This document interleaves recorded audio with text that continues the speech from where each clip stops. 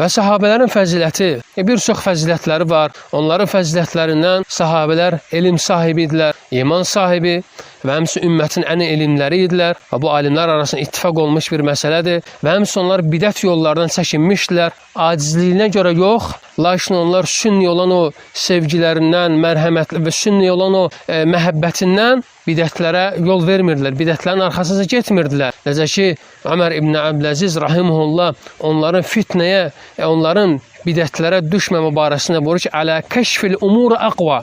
Həqiqətən onlar məsələlərin kəşfində olduqca güclü idilər. Onlar məsələləri çox güclü bilirdilər. Ona görə də bidətlərin arxasınca getməzlər və bidətlərdən uzaq idilər. Acizliyə görə yox, lakin bilirdilər ki, bu əməl dinə gətirilmiş yenilikdir və dinə gətirilmiş yeniliyin də yəni dində heç bir yeri yoxdur və ona görə bu əməllərdən çəkinirdilər. Sonra isə əziz qardaşlar, deməli Şeyx Salih Fövzan bu xüsusda buyurur ki, deməli o xeyirli kişilərin başında, o sahabələrin başında mühacirlər və ənsarlar idi. O mühacirlərin başından ən üstünləri Əbu Bakır, Ömər, Osman, Əli idi. Necə ki, Uca Allah Subhanahu wa Ta'ala onları öz kitabında tərifləyir. "Vəs-sabiqunəl əvvəlun minəl muhacirin vəl-ənsar vəllezîne itteba'uhum bi ihsan radiyallahu anhum və radu an və a'adda lahum cennetin tecri tahtiha'l enhar xalidin fiha zəlikəl fawzul azim." Uca Allah Subhanahu wa Ta'ala onlar barəsində buyurur ki, mühacirlər, ənsarlar barəsində buyurur ki, dində hamını ötüb keçən ilk mühacirlərdən və ənsarlardan, həmçinin yaxşı işlər görməkdə onların ardınca gedənlərdən Allah onlardan razıdır, onlar da Allahdan razıdırlar. Uca Allah Subhanahu wa Ta'ala buyurur ki, onlar üçün həqiqətində cənnətlər hazırlanıb, o cənnətlər ki, ağacları altından çaylar axır, onlar orada əbədə qalacaqlar. Həqiqətən bu ən böyük mükafatdır. Zəlikə əl-fawzu əl-azim. Deməli, əziz qardaşlar, biz bu ayət-i kərimələrdən görürük ki, Uca Allah Subhanahu wa Ta'ala Peyğəmbər sallallahu əleyhi və səlləm əshabını tərifləyir. Mühacirləri, ənsarları və həmçinin yaxşı işdə onların ardınca gedənləri tərifləyir. Deməli, biz yəni bu ayət-i kəriməyə baxsaq, baxın, yaxşı işlərdə, yəni yaxşı işləri yerinə yetirmək istəyən insanlar sahabələrə tabe olurlar, mühacirlərə və ənsarlara tabe olurlar. Niyə görə? Çünki onlar ümmətin ən xeyirli insanları idilər. Çünki bilirdilər ki, onlar bidətlərə yol verməyən və həmçinin azğınlığa, zəlalətə düşməyən bir insanlar idilər. Ona görə də onlar yolu tutanda, mənhəz tutanda sahabələrin mənhəzini tutardılar. Sahabələrin yolunu tutub gedərdilər.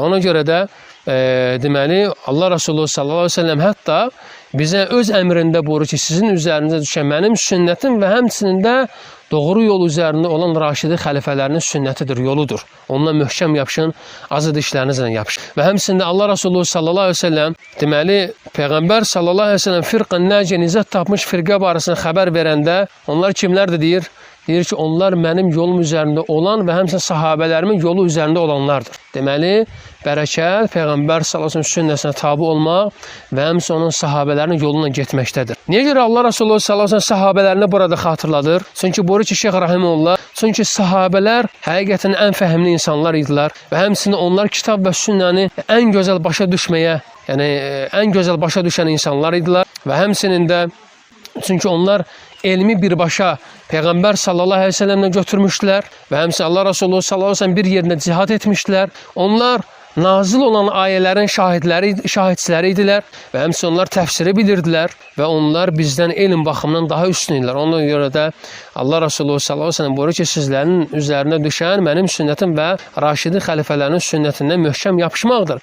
Hətta onlar bir məsələdə xəta etsələr də belə, bəziləri xəta etsə də belə, onlar yəni bu xətalarına görə əcr qazanırdılar və həmçində bu xətalar onların fəzilətindən və Allah yanında olan məkanından, mənziləsindən heç bir şeyi əksiltmirdi. Və bununla birlikdə onların xətaları çox az idi və ona görə də Allah Resulü sallallahu əleyhi və səlləm onları tərifləyir. Bir hədisində buyurur ki, xeyrun nəsi qarni, insanların xeyirlisi mənim əsrimdə yaşayanlar və sonra isə ondan sonraki əsr və sonra isə ondan sonra gələn əsrdə yaşayanlardır. Və sahabə deyir ki, mən bilmədim, Allah Resulü sallallahu əleyhi və səlləm özündən sonra 2 əsrdir yoxsa 3 əsr dedi. Hər bir halda bu hədislər onu göstərir ki, insan Quran və sünnəni sələfin fəhmi ilə başa düşməlidir. Çünki xüsusən indiki zamanda fitnələrin başlanan bir vaxtında həmçinin ortaya çıxan şəriətə, yəni zidd olan, yəni görürsən ki, bəzi vaxtlarda dinə yeniliklər çıxardırlar və dinə bəzi yeniliklər gətirirlər. Ona görə də belə bir məsələ insan çalışmalıdır ki, həmən insanların yoluna tabi olsun. Çünki Allah Resulü sallallahu əleyhi və səlləm bu işə sizlərdən, yəni yaşayan insanlar men ya'ş minkum feseyara ihtilafan kesira. Sizlərdən yaşayanlar çoxlu ixtilaflar görəcəklər. Deməli Peyğəmbər sallallahu əleyhi və səlləm bizi yönəldir ixtilafda nəyə? Fəaleykum bi sünnəti, sizin üzərinizə düşən mənim sünnətim və həmçində Raşidi xəlifələrinin yolundan tutub getməyinizdir. Deməli, hətta Uca Allah Subhanahu wa Ta'ala ixtilaflar zamanı bizi yönəldir Allahın kitabına və Peyğəmbər sallallahu əleyhi və səlləm sünnəsinə. Fə in tənaza'tum fi şeyin farudduhu ilallahi və Rasul. Əgər bir şey məsələ barəsində mübahisə etsəniz, o zaman o həmən məsələni Allaha və həmçində onun elçisinə Muhammed sallallahu əleyhi və səlləm sünnəsinə qaytarın. Və həmçində Allah Resulü sallallahu əleyhi və səlləm bir hədisində buyurur ki, sizlərə 2 şey qoyub gedirəm. Əgər onlardan yapışsanız, azmazsınız. Onlardan birincisi Allahın kitabı və sonra isə mənim sünnətimdir deyir Allah Resulü sallallahu əleyhi və səlləm. Və Allahın rəhmətindəndir ki, həqiqətən də Qur'an-ı Kərim məhfuzdur, qorunur, saxlanılır və Qur'an-ı Kərimdə heç bir dəyişiklik, heç bir təhrif yoxdur, elhamdülillah. Və həmçə Peyğəmbər sallallahu əleyhi və səlləm sünnəti də məhfuzdadır, qorunub, saxlanıb, Allaha həmd olsun. Bu Allahın yəni bu ümmətə olan bir lütfüdür, bir hədiyyəsidir ki, yəni bu kitab və sünnə zəlalətdən, azğınlıqdan nədir? Uzaqdır. Və insan əgər ondan yapışarsa, kitab və sünnədən möhkəm yapışarsa, həmən insan inşallah ki azmaz. Həmən insan azmaz. Və Şeyx Rahimullah buyurur ki, son zamanlar ortaya bəzi insanlar çıxıb, onlar insanları sələfiyyətdən ayırmaq istəyirlər və onlar sələfiyyəti inkar edirlər və deyirlər ki, sələfin yoluna tabi olmaq olmaz və deyirlər ki, müasirlik yaxşıdır və onlar belə müsəlmanları müasir müsəlmanlar adlandırırlar. Amma onların da bir məqsədi var, insanları sələfin yolundan ayırmaqdır bu insanların məqsədi. Və bu insanların bir məqsədi var ki, insanları haqq yoldan, sırat-ı müstəqimdən ayırsınlar. Deməli, ona görə də insanlar dedik ki, əgər insan bir məsələni başa düşmək istəyirsə, kitab və sünnədə gələn ayələri, hədisləri tam doğru başa düşmək istəyirsə, yəni doğru mənhəzlə anlamaq istəyirsə, o zaman onu sələfin fəhminə qaytarmalıdır. Və əgər biz sələfin mənhəzini tərk etsək, sələfin mənhəzini yəni qırağa qoysaq, onda biz kitab və sünnə necə başa düşə bilərik? Çünki Allah Resulü sallallahu əleyhi və səlləm bizə özü tövsiyə edib ki, mənim və həmçinin məndən sonra gələnlərin yolundan möhkəm yapışın. Əgər biz onların yolunu tərk etsək, sələfin yolunu tərk etsək, onda biz kitab və sünnəni başa düşə bilmərik və həmçinin sələfin yolunu tərk etmək nədir? Allaha və həmçinin onun rəsuluna bir asilikdir və təbii ki, bu xələfi sələfdən ayırmaqdır. Ona görə insan həmçinin də hədislərdə gəlir ki, və bilin, agah olun ki, hətta hədislərdə gəlir ki,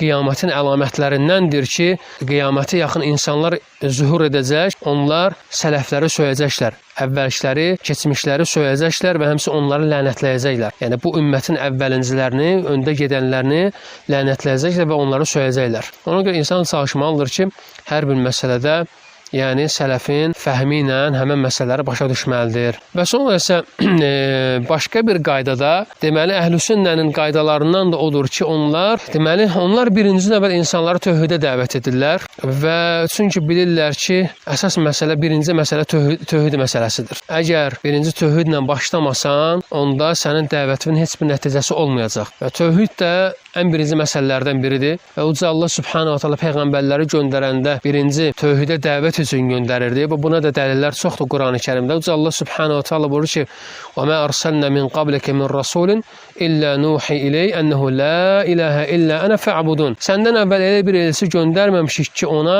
məndən başqa heç bir məbud yoxdur, mənə ibadət edin deyə vəhiy etməyək. Deməli Uca Allah Subhanahu wa Ta'ala peyğəmbərləri göndərir ki, onlar tək Allahlığa dəvət eləsinlər, tək Allahlığa çağırsınlar. Deməli əsas məqsəd, birinci məqsəd dəvətdə tövhidə çağırmaq olmalıdır. Həmçinin tövhid ayəsi barəsində təbii ki, çoxdur, lakin yəni başqa bir adı Allah Subhanahu wa Ta'ala bu ki, əgərdir onlar da şərik qoşsalar, وَلَوْ أَشْرَكُوا لَحَبِتَ عَنْهُمْ مَا كَانُوا يَعْمَلُونَ. Onlara etdiyi əməllər heçə çevirirlər. Onların etdiyi əməllər onlardan qəbul olunmaz.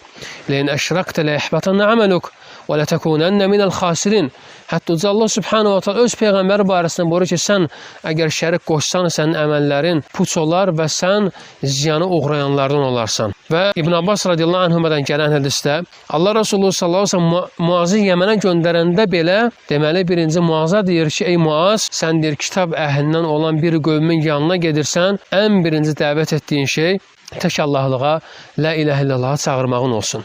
Yəni onları birinci tövhidə çağır və sonra isə əgər qəbul edərlərsə onlara namazı və sonrası onlara zəkatı buyur. Və deməli birinci dedi ki, insanlar yəni dəvət etdikləri zaman digərlərini tövhidə çağırmalılar və həmçinin də insan bilməlidir ki, Şeyx Rahimullah buyurur ki, وَعَلَمْ أَنَّ التَّوْحِيدِ وَاتِّبَعَ الْهَوَى مُتَضَادَّانِ فَإِنَّ الْهَوَى صَنَمٌ. Bil ki, insan əgər tövhidi olarsa və digər tərəfdən də insan havasına tabi olarsa, deməli bunda ziddiyyət var. Deməli həmən insan havasını özünə bir büt tutub. Hər bir Şeyx Rahimullah buyurur ki, hər bir qulun deməli bir bütü var, qəlbində bir bütü var və bu da onun havasına görədir. Yəni, hər bir qulun qəlbində bir bütü var, bu da onun havasına görədir. Ona görə də hətta Uca Allah Subhanahu wa Taala bizi havaya uymaqdan bizləri çəkindirir. Yəni hətta Uca Allah Subhanahu wa Taala havasına uyanlar barəsində bu araeytə mən ittəxədə iləhu hava. Sən deyir havasını özünə ilah tutanı gördünmü? Və sonra Uca Allah Subhanahu wa Taala buyurur ki, əfə əntə təkunu aleyhi vəkilə. Sən onların üzərində hakim deyilsən. Əm təhsəbu ənnə əksərəhum yəsməun əv yəqilun. Və sən elə hesab edirsən ki, onların çoxu eşidir, yaxud da onlar yəni dərk edirlər. İnhum illə kəl-ən'am bəlhum adallu səbilə. Onlar heyvan kimidirlər, hətta haqq yoldan daha yəni biz bu ayədən belə bir fayda çıxardırıq ki, yəni ubudiyyanın kamilliyindəndir ki, Allah həqiqi qulluğun kamilliyindəndir ki, insan havasından yox, deməli kitab və sünnəyə tabi olsun. Və həmçinin də deməli xeyirli insanların yoluna tabi olsun. Yəni sağlam insandan soruşanda ki, sənin şeyxin kimdir? Havasına uymayan insandan soruşana ki, sənin şeyxin kimdir? O deyər ki, mənim şeyxim Allah Resulü sallallahu aleyhi ve sellem'dir. Və sağlam fitrətli insanın havasına uymayan insandan yenə soruşsan ki, sənin yolun nədir? Deyər ki, mənim yolum tabiçilikdir. Və onun libası barəsində soruşsan, deyər ki, mənim libasım təqva libası.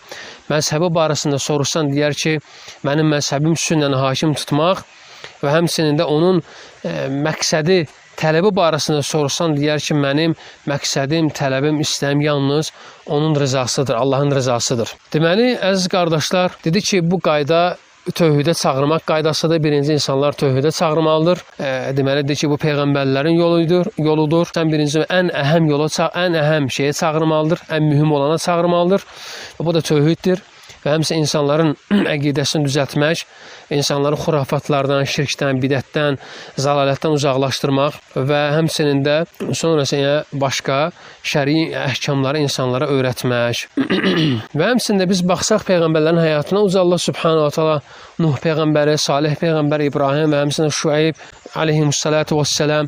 Uca Allah Subhanahu wa Taala bu peyğəmbərləri göndərəndə tək Allahlıq üçün göndərmişdir. U'budullaha ma lakum min ilahin ghayru.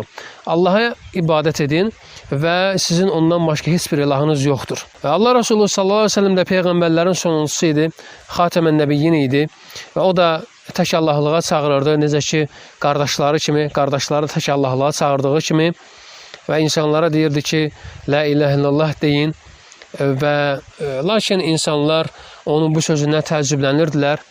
Necə ki, əvvəlki peyğəmbərlərin bu sözündən təəccübləndikləri kimi, onlar deyirdilər ki, وَعَجِبُ أَنْ جَاءَهُمْ مُنْذِرٍ مِنْهُمْ. Onlara xəbərdar edən gələndə buna təəccüb edirdilər.